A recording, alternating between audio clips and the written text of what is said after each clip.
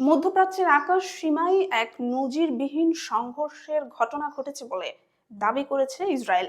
চলমান operation epic ফিউরির পঞ্চম দিনে ইরানের রাজধানী তেহরানের আকাশে একটি ইরানি যুদ্ধ বিমান ভূপাতিত করার দাবি করেছে ইসরায়েলের অত্যাধুনিক stealth fighter jet F-35I। Israeli প্রতিরক্ষা বাহিনী IDF বুধবার জানায় এ প্রথম কোনো F-35I ফাইটার জেট আকাশপথে সরাসরি লড়াইয়ে একটি মানব চালিত বিমান ধ্বংস করার ঘটনা ঘটেছে। তাদের দাবি অনুযায়ী এটি আধুনিক স্টেলথ যুদ্ধ বিমানের ইতিহাসেও একটি গুরুত্বপূর্ণ মুহূর্ত।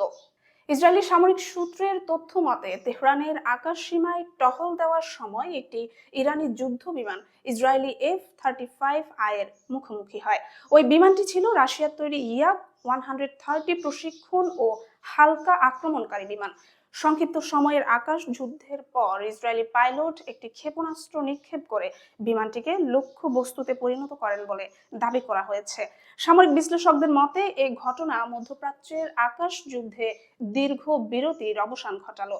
এর আগে সর্বশেষ 1985 সালের 24 নভেম্বর লেবাননে সংগঠিত ওয়ার অব দ্য ক্যাম্পস চলাকালে ইসরায়েলি বিমান বাহিনী সরাসরি বিমান যুদ্ধে অংশ নিয়েছিল।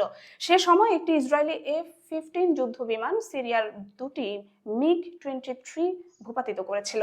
4 দশকেরও বেশি সময় পর আবারও মধ্যপ্রাচ্যের উত্তপ্ত আকাশে দুই দেশের যুদ্ধ বিমানের সরাসরি সংঘর্ষ পরিস্থিতিকে আরো জটিল করে তুলেছে বলে মনে করছেন বিশ্লেষকরা।